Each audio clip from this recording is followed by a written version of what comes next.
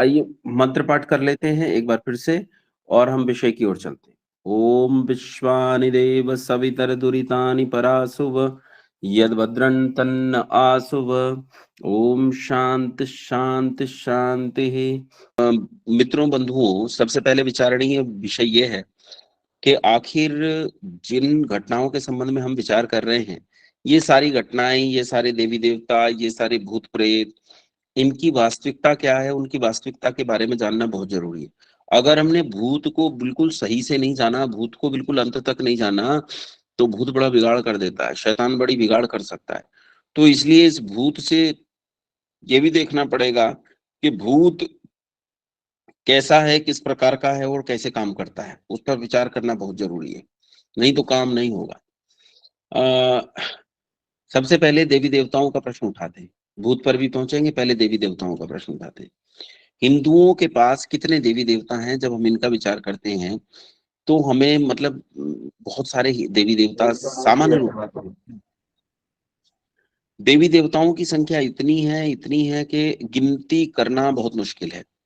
लोग कहते हैं कि देवी देवताओं को यदि हम देखें आज की परिस्थिति में, तो 33 करोड़ देवी देवता सुनने में आते हैं कि 33 करोड़ देवी देवता हिंदुओं के हैं। लेकिन 33 करोड़ देवी देवता जो हिंदुओं के हैं, इन 33 करोड़ देवी देवताओं की दशा ये है कि मैं यदि हिंदुओं से पूछूं कि भैया तुम्हारे पास नाम कितने हैं, तो दो पुस्तकें हैं, शिव सहस्त्र नाम और विष्णु सहस्त्र नाम। शिव सहस्त्र नाम में 1000 नाम है, विष्णु सहस्त्र नाम में भी 1000 नाम है। एक एक हजार नाम इन दोनों पुस्तकों में है, यानी ये 2000 नाम हो गए। इन 2000 के अलावा तो इनके पास नाम नहीं है।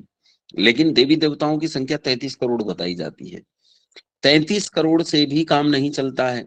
फिर हमने अपने खेत में, बाग में, गांव के किनारे पर, वहां सब जगह हमने बना रखे हैं अपने देवी देवता। और इन्हीं सब देवी देवताओं से हमारा काम भी चलता है, हम सारा पूजा पाठ करते हैं। और टोटल अगर मैं लगाऊं कि एक हिंदू के हिस्से में कितने देवी देवता आते हैं, तो ये जो खेत बाग में बने हैं, गांव के किनारे पर बने हैं या शहर के किनारे पर बने हैं, ये देवी देवता भी बड़ी संख्या में होते हैं। किसी किसी गांव में तो मैंने 50-50 देवी देवता देखे हैं, और किसी किसी गांव में, किसी किसी के खेत में 50-50 देवी देवता होते हैं। और किसी किसी के खेत में कहीं इन्हें माता बोलते हैं, कहीं देवी देवता बोलते हैं, कहीं कुछ और बोलते हैं, सब अलग अलग होता है। बिहार और झारखंड के क्षेत्र में इन्हें ही माता बोला जाता है, या कुछ और नाम भी बोल जाता है, गुसाई भी कहीं कहीं बोलते हैं, कई प्रकार के नाम होते हैं, अलग अलग प्रकार के नाम होते हैं, लेकिन होते यही। तो इनकी संख्या अगर हम देखें तो एक हिंदू के हिस्से में 5 देवी देवता तो ऐसे आ ही जाते हैं। 5 देवी देवता तो ये आ गए, तो 5 का मतलब हो गया 100 करोड़ हिंदू हैं, तो 500 करोड़ तो ये हो गए, 33 करोड़ वो ऑफिशियली रजिस्टर्ड हैं। तो टोटल हो गए 533 करोड़ देवी देवता। और 533 करोड़ देवी देवताओं से भी हिंदुओं का पेट नहीं भरता, तो फिर ये जाते हैं मुसलमानों की कब्रों पर माथा फोड़ने, फिर ये जाते हैं मजारों पर अपना माथा फोड़ने, मुसलमानों के पास, ईसाइयों के पास, वहां जाकर भी अपना इलाज कराने का प्रयास करते हैं, वहां जाकर भी स्वयं को ठीक करने कराने का इनका झंझट चलता रहता है। अब मुख्य रूप से समझना है कि देवता किसे कहते हैं। पहले देवता शब्द को समझते हैं, फिर गिनेंगे कि देवता कितने हैं। जब हम देवता शब्द को समझना चाहते हैं, तो देवता शब्द का परिभाषा आती है, देवो दानाद व द्योतनाद व दीपनाद व द्युस्थाने भवति इति वा देवा। शास्त्र कहता है देव किसे कहते हैं, तो कहता है 4 गुण जिसमें हूं से देवता कहते हैं। कौन से 4 गुण? तो ये 4 गुण। 4 गुण है। पहला, देने का गुण उसमें होना चाहिए। जिसमें देने का गुण नहीं है वो देवता नहीं हो सकता है। देने का गुण है तो वो देवता होगा, जिसमें देने का गुण ही नहीं है वो देवता नहीं हो सकता। अब देने वाला कौन है? तो हम अपने आस पड़ोस में देखते हैं देने वाला कौन है, तो वृक्ष को देखते हैं, क्या वृक्ष कुछ देता है? तो हाँ, देता है। फल देता है, छाया देता है, छाल देता है, पत्ते देता है, औषधि देता है, समिधा देता है, गोंद देता है, सेल्युलर, कितनी प्रकार की चीजें देता है, हम गिन नहीं सकते, इतनी प्रकार की चीजें वृक्ष हमें देता है। तो हमें देने वाला होने से वृक्ष को हम देवता कहते हैं। ऐसे ही अपने आसपास की बहुत सारी चीजों को आप देख सकते हैं। जैसे नदी आपको जल देती है तो देवी हो गई। ऐसे ही अपने आसपास की बहुत सारी चीजों का निर्णय किया जा सकता है, देने वाले का नाम देवता। देवो दानाद व द्यौतनाद, जो प्रेरणा करने वाला है वो भी देवता है। जो प्रेरणा नहीं कर सकता वो देवता। देखो, जिसमें प्रेरणा करने का सामर्थ्य नहीं है वो देवता नहीं हो सकता। प्रेरित कर देना, प्रेरित कर देना किसे कहते हैं? जैसे आपने आशीर्वाद शब्द सुना है कि भाई अमुक व्यक्ति ने अमुक व्यक्ति को आशीर्वाद दिया, या हम यज्ञ कर लेते हैं, हवन कर लेते हैं, तो हवन करने के बाद हम पुरोहित के पास जाते हैं, तो पुरोहित जी जो है हमें आशीर्वाद देते हैं। अब आशीर्वाद का क्या होता है? वो कहते हैं बेटा स्वस्थ रहो, सुखी रहो। तो क्या उनके स्वस्थ रहो कह देने से हम स्वस्थ हो जाएंगे? क्या उनके सुखी रहो कह देने से हम सुखी हो जाएंगे? नहीं होता, ऐसा तो नहीं होता है। फिर इस आशीर्वाद शब्द का भी वास्तविक अर्थ जो है वो प्रेरणा ही है। जब वो हमें कह रहे हैं स्वस्थ रहो, तो स्वस्थ रहने का उपक्रम हम करेंगे, स्वस्थ रहने का प्रयास हम करेंगे, और जब स्वस्थ रहने का प्रयास हम करेंगे तो स्वस्थ रहने के लिए हमें अच्छा भोजन करना पड़ेगा, व्यायाम करना पड़ेगा, शरीर को ठीक रखना पड़ेगा, अपनी दिनचर्या अच्छी करनी पड़ेगी। ये सब करेंगे तो हम स्वस्थ रहेंगे। तो ये हमारे लिए प्रेरणा है, प्रयास हमें करना पड़ेगा। तो जो प्रेरणा करने वाला हो उसे देवता कहते हैं। पहला गुण देने वाला देवता, और दूसरा गुण प्रेरणा करने वाला देवता। तीसरा होता है देवो दानाद व द्योतनाद व दीपनाद, जो प्रकाशित करने वाला हो। दीपनाद मतलब जो प्रकाशित करने वाला है वो भी देवता। अब प्रकाशित कौन करता है? तो सोचो, संसार को प्रकाशित कौन करता है? अपने प्रकाश से सारे संसार में अंधकार को कौन मिटाता है? वो है सूर्य, वो है चंद्रमा, वो है तारे, वो है नक्षत्र, हमारे घरों में लगे हुए प्रकाश के संसाधन। ये सब हमारे लिए देवी और देवता हो जाते हैं, क्योंकि इन्हीं देवी और देवताओं ने हमारे संसार को प्रकाशित किया है। और संसार को प्रकाशित करने वाले होने से इन्हें देवी और देवता कहते हैं। तो प्रेयर, पहला मैंने बताया दान कर, जो देने वाला है वो देवता, दूसरा है जो प्रकाशित करने वाला है वो देवता, और तीसरा प्रेरित करने वाला देवता। प्रेरित करने वाला देवता क्या होता है? प्रेरित करने वाला, जैसे एक कहानी मैं आपको बताता हूँ छोटी सी। एक बार ऐसा हुआ कि शिवाजी महाराज अपने प्रारंभिक दिनों में युद्धों को हार रहे थे। और प्रारंभिक दिनों में जब शिवाजी महाराज युद्ध हार रहे थे, तो उस समय में शिवाजी महाराज ने युद्ध हारते हुए एक भयानक युद्ध में हार पाई, जंगल में भटक गए, और उन्हें कुछ भी नहीं मिल रहा था, कोई रास्ता नहीं मिल रहा था, हाथ पे नंगी तलवार इधर उधर भटक रहे, 2 दिन तक भटकते रहे, और उन्हें भोजन तक नहीं मिला। 2 दिन भटकते भटकते एक पहाड़ी गांव में पहुंचे, और जब पहाड़ी गांव में पहुंचे तो पहाड़ी गांव में पहुंचने पर उन्हें एक बुढ़िया का घर दिखाई दिया। उस बुढ़िया के घर में चले गए, दरवाजा खटखटाया, बुढ़िया ने दरवाजा खोला तो देखा खून से सना हुआ एक योद्धा हाथ में नंगी तलवार लिए सामने खड़ा है। माँ ने पूछा, बेटा तू कौन है?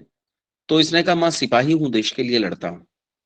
तो उसने कहा, भीतर आ जा, स्नान ध्यान कर ले, मैं तेरे लिए भोजन बनाती हूँ। माँ ने अच्छा सा भोजन दिया। 2 दिन से भूखा शिवाजी इस भोजन पर टूट पड़ा। खीर बनाई थी माँ ने, बड़ी से बर्तन में भरकर खीर सामने रख दी, और क्योंकि अभी अभी चूल्हे से उतरी थी तो खीर खौलती जैसी गर्म थी, और भूखे शिवाजी महाराज ने उस खीर में हाथ डाल दिया, हाथ जल गया, और फिर बोले, अरे मर गया मर गया मर गया मर गया मर गया। तो बुढ़िया को ये बात अच्छी नहीं लगी, और बुढ़िया बोली, रे ये क्या कर रहा है, तुझे खीर खानी नहीं आती? तू तो मूर्खों जैसी, तू तो ऐसा है जैसा वो मूर्ख शिवाजी है। उसे पता नहीं है कि युद्ध किनारे पर ठंडा होता है। वो अत्यधिक दुस्साहस में मुसलमानों पर बीच में हमला जाकर करता है। उसे पता नहीं कि युद्ध किनारे पर ठंडे होते हैं, और जैसे उसे पता नहीं वैसे तुझे भी पता नहीं है कि खीर किनारे पर ठंडी होती है। तुम दोनों ही एक जैसे मूर्ख हो। तू भी खीर पर बीच में टूट पड़ा, और वो भी मुसलमानों पर बीच में टूट पड़ता है। बेटा, युद्ध और खीर को किनारे से शुरू करना चाहिए, तभी विजय की प्राप्ति होती है। शिवाजी महाराज ने भोजन नहीं किया तो आंखें खुली रह गई, खड़े हुए माँ के चरण स्पर्श की और चल पड़े। बूढ़ी माँ बोली, अरे अभी तो कह रहा था बहुत भूख लगी है और भोजन को छोड़कर चल दिया, जाते जाते ये तो बता जा तेरा परिचय क्या है? तो उसने, शिवाजी महाराज ने पलट कर कहा, माँ मैं वही मूर्ख शिवाजी हूँ जिसे ना तो युद्ध लड़ना आता है ना खीर खानी आती है, लेकिन आज तूने मुझे प्रेरणा की, मुझे बात समझ में आ गई है। मैं एक निश्चित निर्णय पर पहुंचा हूं कि मुझे क्या करना चाहिए, और मैं वैसा करूंगा। मैं जा रहा हूं, इसके बाद तुझे सुनने को नहीं मिलेगा कि शिवाजी युद्ध हारा। और तब शिवाजी ने वहां से निकलकर गुरिल्ला युद्ध पद्धति को अपनाया। ये वही गुरिल्ला युद्ध पद्धति है जिस गुरिल्ला युद्ध पद्धति से महाराणा प्रताप ने मुसलमानों के छक्के छुड़ा दिए थे। वही गुरिल्ला युद्ध पद्धति है जिस गुरिल्ला युद्ध पद्धति को सारे संसार ने अपनाया, और आज दुनिया की सारी सेनाएं उसी गुरिल्ला युद्ध पद्धति से युद्ध करती हैं। उसके बाद शिवाजी अपने जीवन में कभी नहीं हारे। तो इस बूढ़ी माँ ने शिवाजी को प्रेरणा कर दी, प्रेरणा करने वाले होने से वो देवता हो गई। ऐसे हमारे अध्यापक, माता पिता, आचार्य, दादा दादी, चाचा चाची, मौसा मौसी, फूफा फूफी, हमारे मित्र बंधु, जानने वाले, परिचित अपरिचित, बहुत सारे लोग कई बार हमें अच्छी प्रेरणाएं कर देते हैं, और वो अच्छी प्रेरणाएं करने वाले लोग हमारे लिए देवता होते हैं। यानी प्रेरणा करने का गुण जिसमें हो वो देवी और देवता। तो चौथा होता है द्यू स्थाने भवती, जो अंतरिक्ष लोक में रहता है वो भी देवता होता है। अंतरिक्ष लोक में कौन रहता है? सूर्य, चंद्रमा, नक्षत्र, वायु रहता है, और बहुत सारे पशु पक्षी रहते हैं। तो ये सब लोग जो वायु में रहते हैं, अंतरिक्ष लोक में रहते हैं, द्युलोक में रहते हैं, ये सब भी हमारे लिए देवता हो जाते हैं। तो देवता हो गए चार गुण वाला, जिसमें चार गुण होंगे वो देवता। फिर से बता देता हूँ, देने वाला देवता, प्रकाशित करने वाला देवता, प्रेरणा करने वाला देवता, और चौथा है द्युलोक में रहने वाला। जिनके पास कॉपी पेन है लिखते जाएंगे। ऐसे चार गुण वाले व्यक्ति, चार गुण वाली वस्तु को हम देवता कहते हैं। अच्छा, चार गुण न हो तो कम से कम तीन गुण हो। अच्छा, तीन गुण भी ना हो तो कम से कम दो गुण हो। अच्छा, दो गुण भी ना हो तो कम से कम एक गुण हो। अगर इसके नीचे चला गया तो देवता नहीं हो सकता। इन चार गुणों में से एक से लेकर चार गुण होने पर वस्तु देवता हो जाती है। इस आधार पर शास्त्र कहता है कि 33 कोटि देवता होते हैं। 33 कोटि देवता। अब कोटि शब्द का अर्थ जो है वो दो प्रकार से लिया जाता है। कोटि का अर्थ होता है करोड़, और कोटि का अर्थ होता है प्रकार। यहाँ कोटि का अर्थ करोड़ नहीं बल्कि प्रकार है। प्रकार यानी जैसे कहते हैं ना, किस कोटि का व्यक्ति है, किस कोटि का मनुष्य है, ये किस कोटि का छात्र है, ये प्रथम कोटि का छात्र है, ये द्वितीय कोटि का छात्र, ये तृतीय कोटि का छात्र। तो यहाँ कोटि का मतलब है कि वो किस स्तर का विद्यार्थी है, किस श्रेणी का विद्यार्थी है। कोटि मतलब श्रेणी। तो यहाँ 33 कोटि देवता मतलब 33 श्रेणियों के देवता हैं। ये 33 श्रेणी कौन सी होती हैं? तो जो कॉपी पेन लिए हैं वो लिखते जाना। 8 तो होते हैं वसु, 12 होते हैं आदित्य, 11 होते हैं रुद्र, और एक इंद्र और एक प्रजापति। फिर से गिनवा देता हूं। 8 तो वसु होते हैं, इन्हें देवता कहते हैं। 8 वसु कौन से हैं? 8 वसु होते हैं पृथ्वी, जल, अग्नि, वायु, आकाश, और जिस सौर मंडल में रहते हो उसके सूर्य, चंद्रमा और नक्षत्र। ये 8 वसु हैं। क्योंकि ये हमें बसाने में सहायक हैं इसलिए इन्हें वसु कहते हैं। 8 वसु हमारे देवता हैं। 8 वसु देवता फिर बता देता हूं। 5 तो महाभूत हैं, पृथ्वी, जल, अग्नि, वायु, आकाश। और जिस सौर मंडल में रहते हो, क्योंकि बहुत सारे सौर मंडल में जीवन है, तो जिस सौर मंडल में रहते हो उस सौर मंडल का सूर्य, चंद्रमा और नक्षत्र। तो ये टोटल मिलकर 8 वसु हो गए, हमें बसाने में सहायक हैं। क्या पृथ्वी के बिना आप रह सकते हो? क्या जल के बिना रह सकते हो? क्या अग्नि के बिना, आकाश के बिना, सूर्य के बिना, चंद्रमा के बिना, नक्षत्र के बिना नहीं रह सकते? इसलिए बसाने वाले होने से इन्हें वसु कहते हैं। 8 वसु। 12 होते हैं आदित्य। साल के 12 महीनों को 12 आदित्य कहते हैं। अब साल के 12 महीने कौन से हैं? तो साल के 12 महीने हैं, चैत्र मास है ना। ये जो चैत्र, बैशाख, आषाढ़, श्रावण आदि जो होते हैं, ये साल के 12 महीने होते हैं। जनवरी फरवरी का गणित गलत है, उसे मत लेना। गणित जो वास्तविक है वो चैत्र, बैशाख, आषाढ़, श्रावण आदि का ही है। जिस दिन समय पर चर्चा करेंगे, संवत्सर पर चर्चा करेंगे, जिस दिन संवत पर चर्चा करेंगे, विक्रमी संवत आदि, शक संवत आदि पर चर्चा करेंगे, ईसवी संवत पर, नौरोज संवत पर, इन सारे संवत पर जिस दिन चर्चा करेंगे उस दिन इनके बारे में भी चर्चा करेंगे कि ये मास ही गणित के अनुकूल सही क्यों है। तो ये 12 जो महीने हैं ये हमें ऋतुएं देते हैं, समय की गणना देते हैं, काल देते हैं, संवत्सर देते हैं, वर्षा, बहुत कुछ देते हैं। इसलिए ये भी 12 आदित्य हो गए। 8 वसु थे, 12 आदित्य, टोटल हो गए 20। 11 होते हैं रुद्र। तो 11 रुद्र भी जोड़ लें तो 31 हो जाएंगे। 11 रुद्र कौन से होते हैं? शरीर में जो हम सांस ले रहे हैं इसे प्राण कहते हैं। प्राण जब हमारे शरीर में चला जाता है तो 10 स्थानों पर विभक्त हो जाता है। 5 स्थूल प्राण और 5 सूक्ष्म प्राण। लिखते जाना। 5 स्थूल प्राण है, प्राण, अपान, व्यान, उदान, समान। फिर बता देता हूं। प्राण, अपान, व्यान, उदान, समान, ये तो 5 स्थूल प्राण है।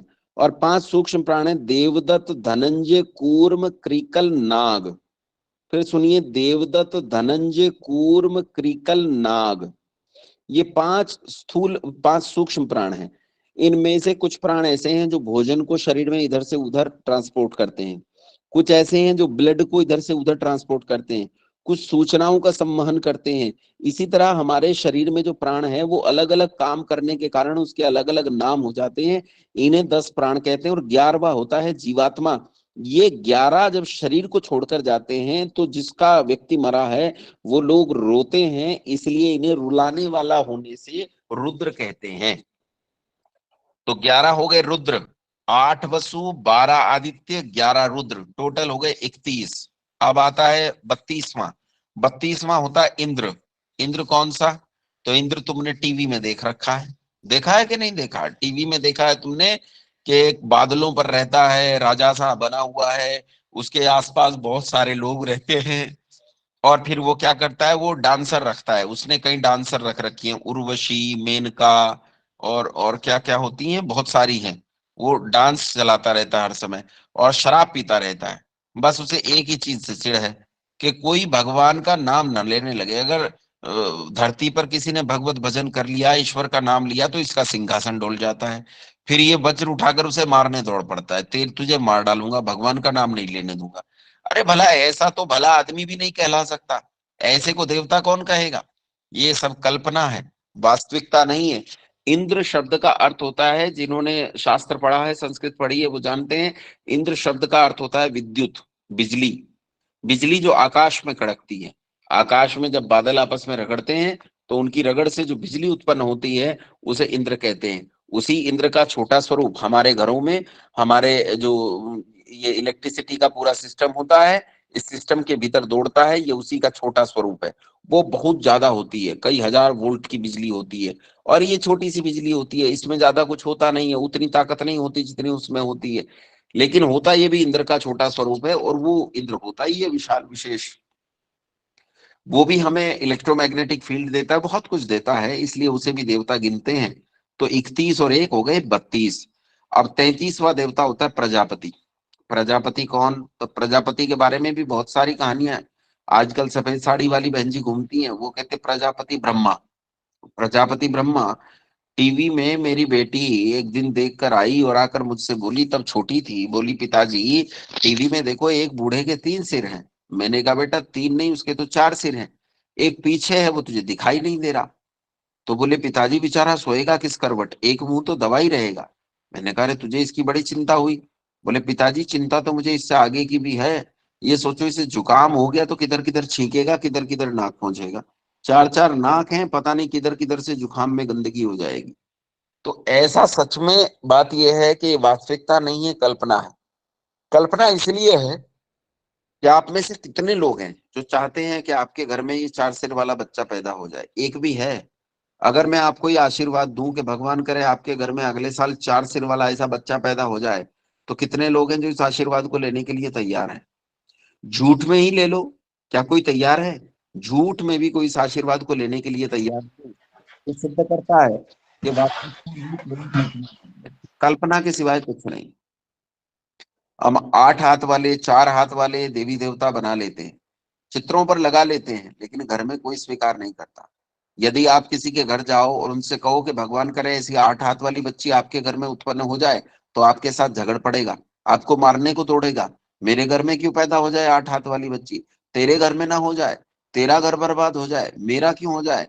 क्योंकि सब जानते हैं अगर 2 हाथों के मुकाबले कुछ और पैदा हो गया तो भैया वो विकलांग होगा, वो वास्तविक तो नहीं होगा, वो ठीक तो नहीं होगा, वो स्वस्थ तो नहीं होगा। प्रजापति ब्रह्मा। अरे ब्रह्मा कहते हैं वेद के विद्वान को, जो वेद का विद्वान हो उसी का नाम ब्रह्मा है। अब बात आती है प्रजापति की। प्रजापति शब्द का अर्थ ही है प्रजा का पति, प्रजा का पालन करने वाला। जो प्रजा का पालन करता है उसी का नाम प्रजापति है। प्रजा का पालन कौन करता है? तो प्रजा का पालन करता है पुरुषार्थ। आप देखो ना, घर में मुखिया हम किसे मानते हैं? हम घर में मुखिया उसे मानते हैं जो घर में धन कमा कर लाता है। जो धन कमा कर लाता है उसे मुखिया मानते हैं, क्योंकि वही तो घर का पालन कर रहा है। लेकिन असल में वो भी पालन नहीं कर रहा, उस घर का पालन तो उसका पुरुषार्थ कर रहा है। वो जो परिश्रम कर रहा है उसी पुरुषार्थ को हम प्रजापति कहते हैं, क्योंकि वो पुरुषार्थ ही संसार का, प्रजा का पालन करने वाला है। इस पुरुषार्थ को संस्कृत भाषा में यज्ञ कहा जाता है, जिसे आप हवन कहते हो। वो जो अग्नि वाला हवन होता है वो भी एक हवन है। ऐसे बहुत हवन है। हवन एक लंबी आचार्य जी आपका माइक म्यूट हो गया। कितनी देर से म्यूट है? बस अभी थोड़ी देर में, इस पहले ही हुआ है आचार्य। हाँ, प्रजापति शब्द का अर्थ है प्रजा का पालन करने वाला। प्रजा का पालन करने वाला जो व्यक्ति धन कमाकर ला रहा है वही प्रजा का पालन कर रहा है। और असल में प्रजा का पालन वो नहीं कर रहा, बल्कि उसका पुरुषार्थ कर रहा है, क्योंकि जिस पुरुषार्थ को वो कर रहा है उसी से धन कमा कर लाया जा रहा है। इसीलिए संसार में प्रजा का पालन करने वाला पुरुषार्थ है। इसी पुरुषार्थ को संस्कृत भाषा में यज्ञ कहा जाता है। वो जो घर में हवन करते हो स्वाहा स्वाहा करके, वो भी यज्ञ है, लेकिन वो छोटा सा यज्ञ है। वहां से यज्ञ की शुरुआत होती है।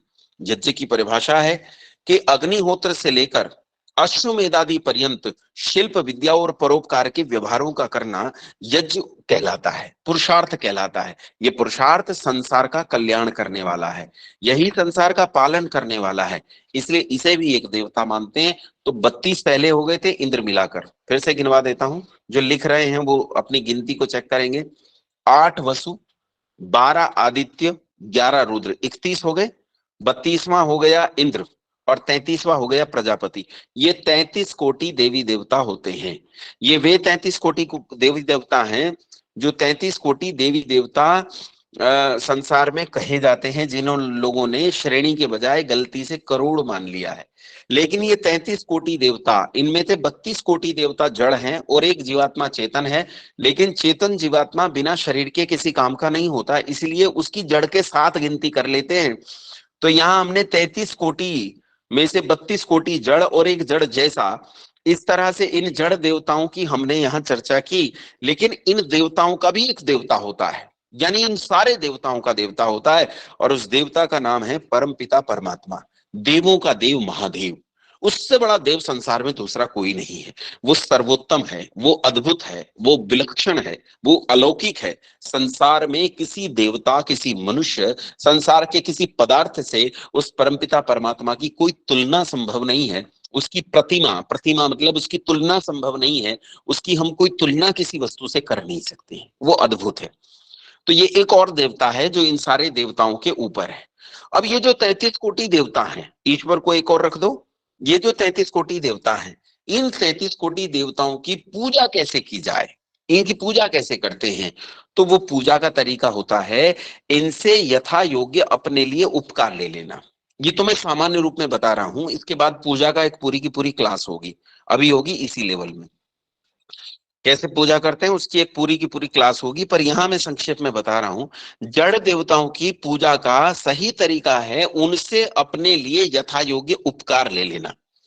जैसे धरती की पूजा करते, धरती की पूजा हम कैसे करें, पृथ्वी की पूजा कैसे करें, सूर्य की पूजा कैसे करें, चंद्रमा की पूजा कैसे करें, तो उनसे अपने लिए यथा योग्य उपकार ले लेना, ये उनकी पूजा है। अब पृथ्वी की पूजा मान लीजिए मैं करता हूं, और मैंने मिट्टी का एक ढेला लिया, उसके ऊपर लाल पीले नीले नीले धागे बांधे। हमारा तो काम है ना, आप जानते ना, हमारा तो काम होता ही यही। तो लाल पीले नीले नीले धागे बांधे, कुछ चावल छिड़के, कुछ हल्दी छिड़की, कुछ लड्डू रसगुल्ला आदि उसमें जबरदस्ती डालने का प्रयास किया। एक पूजा तो ये है। और एक पूजा किसान करता है, तो दिन रात खून पसीना, सर्दी गर्मी बरसात, बिना विचार किए कि तू जिएगा कि बचेगा कि मरेगा, वो खेत में खड़ा रहता है। वो भयानक ठंड जिसमें माइनस में टेम्परेचर होता है, वो घुटनों तक पानी में खड़ा रहता है। वो चिलकती हुई धूप जेठ की दोपहरी, जिसमें लगता है कि हम झुलस कर मर जाएंगे, उसमें वो उस भयानक धूप के भीतर खड़ा होकर उस फसल की सेवा करता है, उस फसल को पालता है, मुट्ठी भर अन्न के दाने बिखेर कर करोड़ों गुना अन्न पैदा करता है और सारे संसार की भूख मिटाता है। विचार करो, सही में पूजा कौन कर रहा है? असल में पूजा किसान कर रहा है, क्योंकि उस वस्तु से यथा योग्य उपकार ले लेना ये जड़ देवता की पूजा है। अब इस मोबाइल को ही आप सोचो, ये मोबाइल आपके सामने है, इस मोबाइल की पूजा कैसे करोगे? कैसे करोगे? इस पर एक लोटा जल चढ़ाओ, है, कुछ इसमें एक रसगुल्ला डालो, इसके ऊपर एक नारियल फोड़ दो। अब सोचो, ये देवता की पूजा हुई कि देवता की हत्या? देवता तो बेचारा मर ही जाएगा। नारियल फोड़ोगे, पानी डालोगे, रसगुल्ला डालोगे, ये तो मर ही जाएगा। तो इसलिए देवता की पूजा, इसकी इसकी पूजा है, आप इसे ठीक रखो, इसमें अनावश्यक एप्लीकेशन ना भरो, इसका प्रोसेसर ठीक से काम करे, उसका रख रखाव रखो, ध्यान रखो कि इसके भीतर बिगाड़ पैदा न होने पाए। इसके ऊपर कवर चढ़ाओ, कांच चढ़ाओ, इसे टूटने फूटने से बचाओ, गिरने से बचाओ, इसे गलत चार्जर से चार्ज नहीं करो, कोई काम ऐसा नहीं करो जो इसके साथ करने पर इसमें बिगाड़ पैदा हो जाए। तो यही उस देवता की सही से पूजा है, ये जड़ देवताओं की पूजा का तरीका। अब इसके बाद आते हैं चेतन देवता। चेतन देवता होते हैं 5। आज का हमारा समय समाप्त। ये 5 चेतन देवता और भूत प्रेत पिशाच डाकनी हाकनी शाकनी, इसके अलावा जितनी भी हैं उन सब पर हम कल चर्चा करेंगे। आज केवल इतनी मैंने चर्चा की, इसलिए आज प्रश्न काल नहीं बनता क्योंकि मेरा विषय पूरा नहीं हुआ है। तो आज बिना प्रश्न काल के ही यहाँ हम कक्षा को समाप्त करते हैं। आज क्योंकि पूर्व पक्ष मैंने लंबा लिया है, कारण ये था पिछली बार मेरे पास बहुत सारे प्रश्न लगातार आते रहे, तो मुझे लगा कि इस चीज को जड़ तक समझाना बहुत जरूरी है। जब तक इस चीज को जड़ तक नहीं समझाया जाएगा तब तक शायद रोग से मुक्ति नहीं होगी, वास्तविक रोग से। इसीलिए मैंने प्रत्येक व्यक्ति का प्रश्न लिया, उसे नोट किया अपने पास कॉपी में, और कल समाधान भी करेंगे उन सारी चीजों पर। आज केवल इतना। जड़ देवता आप समझ गए हैं, जड़ देवताओं की पूजा कैसे की जाती है ये आप समझ गए, देवता के कितने गुण होते हैं ये आप समझ गए। बाकी प्रश्न काल में कल लूंगा, आज प्रश्न काल नहीं लेते। आइए विश्वानिदेव मंत्र का उच्चारण करते हैं, आज की कक्षा को यहाँ विराम देते हैं। ओम सवितरदुरितानि परासुव यद्भद्रं तन्न आसुव। ओम शांति शांति शांति। नमस्ते आप सभी को।